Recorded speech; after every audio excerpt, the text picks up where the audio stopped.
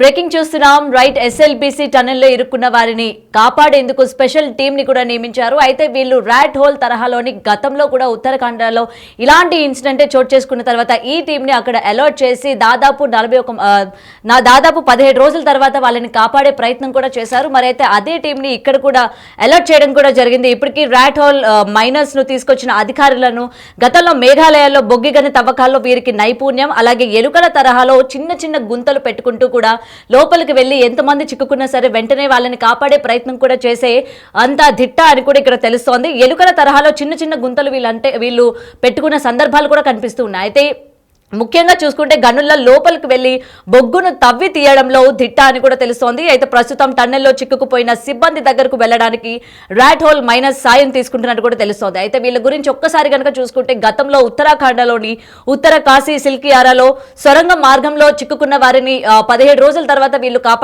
కాపాడారు. And that కుప్పకూలినప్పుడు కూడా 41 మందిని రక్షించిన ర్యాట్ హోల్ మైనస్. సో 17 రోజులతో పాటు కూడా శ్రమించి 6 మొత్తం కూడా ఈ టీం మెంబర్స్ లోపలికి వెళ్ళి 15 రోజుల తర్వాత కూడా వాళ్ళని ప్రాణాలతోనే బయటకు తీసుకొచ్చారు. అయితే దీన్ని మనం ఇక్కడ దాదాపు చూస్తున్నాం కదా, ఆల్రెడీ మనకి బిగ్ టీవీ స్క్రీన్ పైన విజువల్స్ లో కూడా చూపించే ప్రయత్నం కూడా చేస్తున్నాము. సో ఇందులో చిక్కుకున్న వాళ్ళకి కరెక్ట్ గా వీళ్ళు మాత్రమే ఈ లోపల ఉన్న వాళ్ళని తీయగలరు అని చెప్పి ఇప్పుడు ఆ టీం ని కూడా హైదరాబాద్ కి తెప్పించే ప్రయత్నం కూడా చేశారు. ఆల్రెడీ వీళ్ళు హైదరాబాద్ లో కూడా ల్యాండ్ అయ్యారు. అండ్ ప్రెసెంట్ వీళ్ళు ఈ ర్యాట్ హోల్ అన్నది ఒక్కసారి కనుక మనం చూసుకున్నట్లయితే ర్యాట్ ఏ విధంగా లోపల స్వరంగ మార్గంలోని ఎలా అయితే తవ్వుకుంటూ లోపలికి వెళ్తుందో సేమ్ అదే తరహాలోని ఈ యొక్క టీం కూడా, అంటే ఎంత లోపలికి చిక్కుకుండా లోపల ఎటువంటి బురద గాని మట్టి గాని ఇలాంటి తరుణంలోని లోపల మనుషులు కనుక చిక్కుకున్న ఇట్లా వీళ్ళు కూడా వెంటనే ఎలుక ఎలా అయితే లోపల స్వరంగ మార్గంలో తవ్వుకుంటూ వెళ్తుందో ఇదే తరహాలోని లోపల తవ్వుకుంటూ వెళ్ళి లోపల ఉన్న వాళ్ళని రక్షించే ప్రయత్నం కూడా చేస్తారు.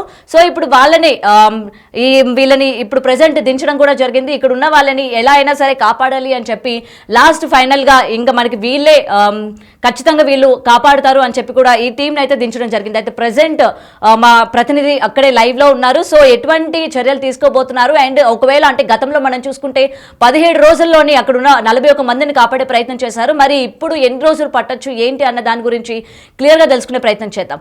రైట్, రానా చెప్పండి, ఇప్పటికీ దీనికి సంబంధించిన ఈ యొక్క టీం ని కూడా దించడం జరిగింది. అయితే సుమారు ఎన్ని రోజుల్లోనే వీళ్ళని బయటకు తీసుకొచ్చే ప్రయత్నం చేయొచ్చు అన్న దానిపైన ఏమైనా అప్డేట్స్ ఉన్నాయా రానా? దాదాపు 3 రోజులు అవుతుంది. 45 గంటలు బాగా కూడా ముగిసిపోయాయి. దాంతోపాటు ఎన్డీఆర్ఎఫ్ కానీ, ఎస్డీఆర్ఎఫ్ సిబ్బంది కానీ, ఆర్మీ కానీ వీళ్ళందరూ కూడా గంటల కొద్దీ కూడా శ్రమిస్తూనే ఉన్నారు.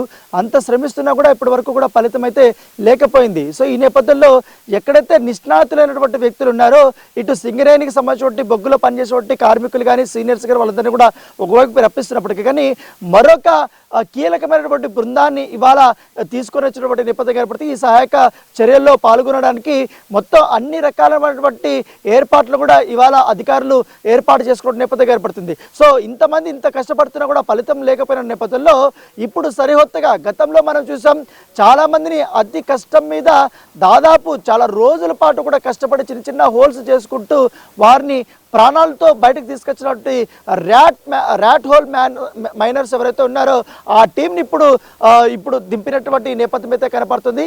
దానితో పాటు ఇప్పటి వరకు ఈ టీంకి ఉన్నటువంటి స్పెషాలిటీ ఏంటంటే వీళ్ళని కేవలం కొన్ని సంఘటనలకు మాత్రమే వారిని వాడతారు. వాళ్ళు చాలా నిష్ణాతులు, కాకపోతే వారిపైన కొన్ని రోజుల పాటు కూడా నిషేధం కూడా ఉంది. ఎందుకంటే అక్రమంగా కూడా కొన్ని చోట్ల వాళ్ళు ప్రవేశించి కొన్ని రకమైనటువంటి పనులు చేశారనే ఉద్దేశంతో వాళ్ళని నిషేధిత జాబితాలో పెట్టినప్పటికీ కానీ గతంలో ఉత్తరాఖండ్లో జరిగినటువంటి ఈ యొక్క ప్రమాదంలో వాళ్ళు దాదాపు 17 రోజుల పాటు కూడా చాలా తీవ్రంగా శ్రమించి ఈ ర్యాట్ హోల్ మైనర్స్ ఎవరైతే ఉన్నారో వాళ్ళందరినీ కూడా కాపాడినటువంటి తీరుని అధికారులు నిన్న మొత్తం ఇన్ఫర్మేషన్ తీసుకున్నారు. సో వారిని ఉటావుటిన దాదాపు 6 మంది సిబ్బందిని ఇక్కడికి శ్రీశైలంకి తీసుకొస్తున్నటువంటి నేపథ్యం రాత్రి వాళ్ళు హైదరాబాద్కి చేరుకున్నారు. అక్కడి నుంచి కూడా రోడ్డు మార్గం ద్వారా మరి కాసేపట్లో ఇక్కడ శ్రీశైలంలో ఉన్నటువంటి ఎస్ఎల్బిసి టన్నెల వద్దకి వారు చేరుకోబోతున్నారు. సో వారి వల్ల కూడా అనేక రకాలుగా కూడా ప్రయత్నాలు చేయబోతున్నారు. అయితే గతంలో వాళ్ళు రెస్క్యూ ఆపరేషన్లో పాల్గొన్నప్పుడు సిచ్యువేషన్స్ అక్కడ వేరు, కానీ ఇక్కడ వేరు. ఎందుకంటే ఇక్కడ ఒకవేళ ఎట్లా హోల్స్ పెట్టుకుని లోపలికి ర్యాట్ రూపంలో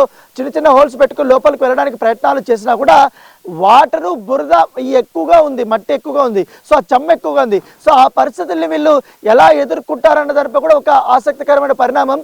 సో వీళ్ళు మాత్రం చాలా హై క్వాలిఫైడ్, దాంతోపాటు చాలా ఎంత విపత్కరమైనటువంటి పరిస్థితులు ఉన్నా కూడా వాళ్ళు లోపలికి వెళ్ళగలుగుతారు, చొచ్చుకుపోతారు అనేది కూడా అధికారులు చెప్తున్నారు. అయితే ఏదైనా కూడా వాళ్ళు కూడా మాన్యువల్ రూపంలోనే వెళ్లాల్సినటువంటి అవసరం ఉంటుంది. సో లెఫ్ట్ సైడ్ హోల్ పెట్టుకుని వెళ్ళినా, రైట్ సైడ్ హోల్ పెట్టుకుని వెళ్ళినా కూడా చాలా ఇబ్బందికరమైనటువంటి పరిస్థితులు వస్తాయి. ఎందుకంటే చాలా మొత్తం ఇండియాలో జరిగినటువంటి జాతీయ విపత్తుల్లో పాల్గొన్నటువంటి సిబ్బంది కూడా ఇక్కడ చేరుకున్నారు. సో వాళ్ళ తలవలను పట్టుకుంటున్నటువంటి సిబ్బంది నేపథ్యంలో ఇప్పుడు ఈ ర్యాట్ హోల్ మైనర్స్ ఎవరైతే ఉన్నారో వాళ్ళు ఏ రకంగా సత్ఫలితాలు ఇస్తారు, వాళ్ళ పనితీరు ఎలా ఉంటుందని కూడా వేచి చూడాల్సినటువంటి అవసరం ఉంటుంది. వాళ్ళపైన కూడా పూర్తి స్థాయిలో నమ్మకం పెట్టుకున్నారు.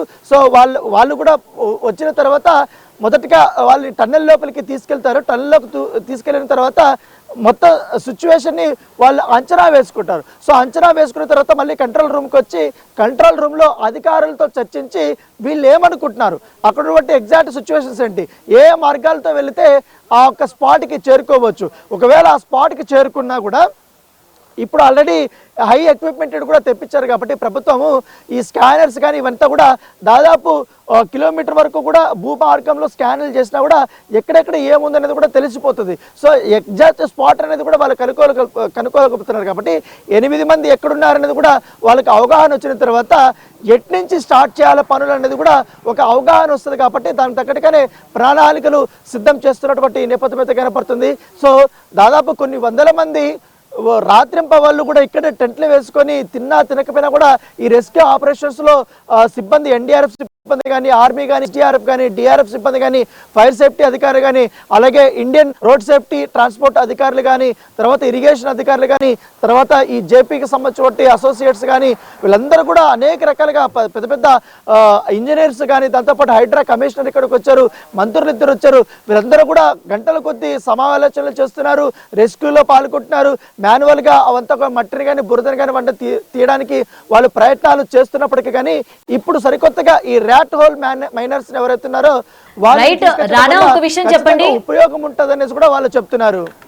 రైట్ రానా, ఒక విషయం చెప్పండి. ప్రెసెంట్ లోపల ఉన్న వాళ్ళ యొక్క పరిస్థితి ఏ విధంగా ఉండి, అటు ఆక్సిజన్ అందడం కావచ్చు, లేకపోతే ఫుడ్ కావచ్చు, ఇలాంటి ప్రయత్నాలు ఏమైనా చేసే ప్రయత్నం చేస్తున్నారు? అంటే ఇప్పుడు మీరు చెప్పిన దాన్ని బట్టి చూస్తుంటే లోపల మొత్తం కూడా బురద వాటర్తో నిండిపోయి వాళ్ళని బయటికి తీసుకొచ్చడం కొంచెం కష్టం అని కూడా తెలుస్తుంది కదా. మరి వీళ్ళు ఆల్రెడీ వర్క్ స్టార్ట్ చేసినప్పటికీ, వాళ్ళని రక్షించే ప్రయత్నం చేసినప్పటికీ ఎలాగో కొన్ని రోజులు పట్టొచ్చు అని కూడా తెలుస్తోంది, ఎందుకంటే మీరు చెప్పిన దాని ప్రకారం చూస్తుంటే. సో ప్రెసెంట్ లోపల ఉన్న వాళ్ళ పరిస్థితి ఏ విధంగా ఉంది, వాళ్ళకి ఎటువంటి సాయం అందజేసే ప్రయత్నం చేస్తుంది అధికారం?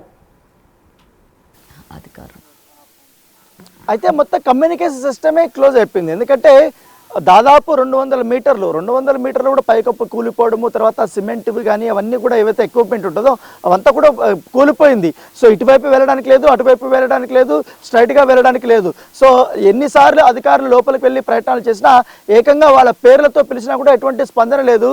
సో ఖచ్చితంగా అక్కడి నుంచి కూడా కమ్యూనికేషన్ మొత్తం వ్యవస్థతో దెబ్బతిందని చెప్తున్నారు. చిమ్మ చీకటి. సో వాళ్ళతో మాట్లాడడానికి లేదు, వాళ్ళ దగ్గర చేరుకోవడానికి లేదు. ఆల్మోస్ట్ 3 రోజులు అయిపోయింది. వాళ్ళ పరిస్థితి ఏ విధంగా ఉన్నదో కూడా ఇప్పుడు అధికారులకైతే ఒక అంచనా లేదు. కాకపోతే ఈ జరిగినటువంటి ప్రమాదం దృష్ట్యా ఇక్కడ జరిగినటువంటి ఆ వంత అంచనా వేసిన తర్వాతే ఆ 8 మంది మాత్రం ఇప్పుడున్నటువంటి పరిస్థితుల్లో ఖచ్చితంగా అన్ని రోజులు వాళ్ళు ఉండలేకపోతారు అనేది కూడా అధికారులు అభిప్రాయపడుతున్నారు. ఎందుకంటే ఆక్సిజన్ లేదు, ఎలక్ట్రిసిటీ లేదు, వాళ్ళు ఎక్కడైనా తప్పించుకోపోవడానికి కూడా లేదు. అక్కడంతా కూడా పెద్ద భారీ స్థాయిలో దారుణమైనటువంటి సిచ్యువేషన్స్ ఉన్నాయి. నడుచుకోవడానికి వెళ్ళడానికి వెనక్కి లేదు, ముందుకు రావడానికి లేదు. సో ఫుడ్ లేకుండా ఇన్ని రోజులు అంటే ఉండడం అంటే హైలీ ఇంపాసిబుల్. గాలున్నా కూడా ఏదో రకంగా వాళ్ళు మాట్లాడుకుంటూ ఉండడానికి కూడా ప్రయత్నాలు చేసినా కూడా ఇప్పుడు ఉన్నటువంటి పరిస్థితుల్లో మంత్రులప్పుడు ఎటువంటి స్పందన లేదు, వాళ్ళ మీద ఆశలు వదులుకోవాల్సిందే అన్న దీంట్లో కూడా నిన్న చెప్పినటువంటి నేపథ్యం కాబడుతుంది. సో చాలా తీవ్రంగానే ప్రయత్నాలు చేస్తున్నారు. ఇప్పటికే మిషన్స్ తీసుకొచ్చారు, మిషన్ నుంచి కూడా టన్నెల్ తవ్వుతున్నారు. మళ్ళీ మొత్తం పూర్తిగా ఎన్డీఆర్ఎఫ్ సిబ్బంది కానీ, ఎస్డీఆర్ఎఫ్ సిబ్బంది కానీ, మరి కొంతమంది కూడా దాదాపు ఎక్కువ మందిని కూడా తీసుకొని వచ్చినటువంటి నేపథ్యం అయితే కనపడుతుంది. సో దాదాపు 500 మంది దాకా కూడా ఇక్కడికే సిబ్బంది అంతా ఉన్నారు. సో చాలా తీవ్రంగా వాళ్ళ స్పాట్కి చేరుకోవడానికి ఇబ్బందికరమైన పరిస్థితులు ఉన్నా కూడా వెళ్తున్నారు. చాలా వరకు కూడా వెదురు ఏవైతే దిమ్మలు ఉంటాయో వాటిని అంతా కూడా తీసుకొచ్చి మామూలుగా అయితే ఎన్డీఆర్ఎఫ్ సిబ్బంది వాటి మీద నడుచుకుంటే ఎంత బురదున్నా ఎంత ఉన్నా కూడా వాటి ఒక నిచ్చెనలాగా వేసుకుని వాళ్ళు వెళ్తూ ఉంటారు. సో అట్లా ప్రయత్నాలు కూడా చేస్తున్నారు. సో చూడాలి, ఇవాళ అన్ని రకాల ప్రయత్నాలు కూడా చేశారు కాబట్టి ఇవాళ సరికొత్త పంతాలో వెళ్ళాలనేసి కూడా అధికారులు భావిస్తున్నారు. కొత్త స్కానర్స్ తీసుకొచ్చి అంచనా వేసిన తర్వాత దానికి తగ్గట్టుగా ప్రణాళికలు వేసుకొని లోపలికి వెళ్ళిన తర్వాత వాటిని ఎంత ఏం చేయాలి, ఎట్లా వాళ్ళని రెస్క్యూ చేయాలనేది కూడా ఇవాళ అధికారులు పూర్తిస్థాయి ప్రయత్నాలు చేయబోతున్నారు. రైట్, బ్రేకింగ్ చూస్తున్నాం.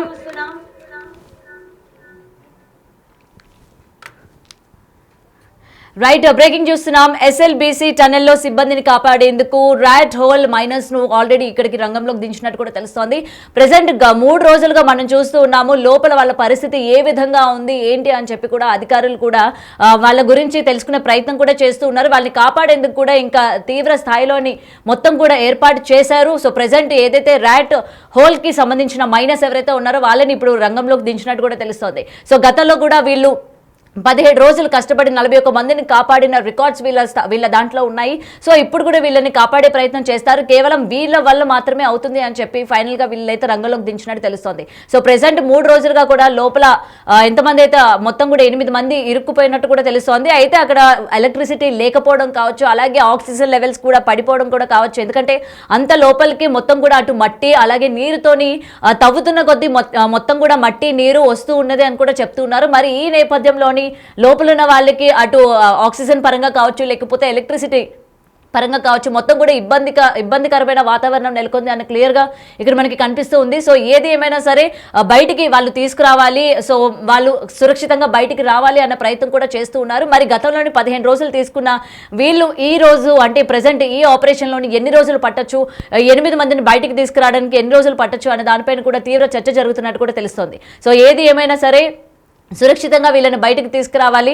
ఇంకా లోపల ఎటువంటి రెస్పాన్స్ కూడా లేదు అని కూడా చెప్తున్నారు. ఎందుకంటే వాళ్ళతో కాంటాక్ట్ అవ్వడానికి కావచ్చు, లేకపోతే వాళ్ళు పరిస్థితి ఏ విధంగా ఉంది, లోపల ఏమైనా సీక్రెట్ కెమెరాస్ కానీ లేకపోతే ఏమైనా పంపించే ప్రయత్నం కూడా లేదు అన్నట్టు కూడా ఇక్కడ మనకి క్లియర్గా కనిపిస్తుంది. ఎందుకంటే అటువంటి ఛాన్సెస్ ఏవి కూడా లేనట్టే మనకి కనిపిస్తుంది. ఎందుకంటే లోపలికి వెళ్ళడం కావచ్చు, లేదంటే లోపల నుంచి మనం బయట నుంచి పిలిచినా సరే లోపల నుంచి వాళ్ళు రెస్పాండ్ అయ్యే తీరు కావచ్చు, ఏది కూడా ఇక్కడ మనకి కనిపించట్లేదు. అంటే అన్ని విధాలుగా కూడా ఇది మూసుకుపోయింది. ఎటువంటి దగ్గర నుంచి కూడా చిన్న ఛాన్స్ కూడా లేదు. వాళ్ళు ఎలా ఉన్నారు, ఏంటి, సురక్షితంగా ఉన్నారా లేదా, లోపల వారి పరిస్థితి ఏ విధంగా ఉంది అన్న దానిపైన అట్నుంచి వాళ్ళ దగ్గర నుంచి ఎటువంటి క్లియరెన్స్ కూడా లేకపోవడం ఇక్కడ అధికారులకి సవాల్గానే మారింది. సో చూడాలి ఇప్పుడు ప్రెసెంట్ వీళ్ళు ఏ విధంగా చాకచక్యంగా ఎలా వ్యవహరిస్తారు, ఎన్ని రోజుల్లో వీళ్ళని బయటికి తీసుకొస్తారు, ఎంతమంది లోపల సజీవంగా ఉన్నారు అన్న దానిపైన కూడా ఇంకా క్లియరెన్స్ రావాల్సింది.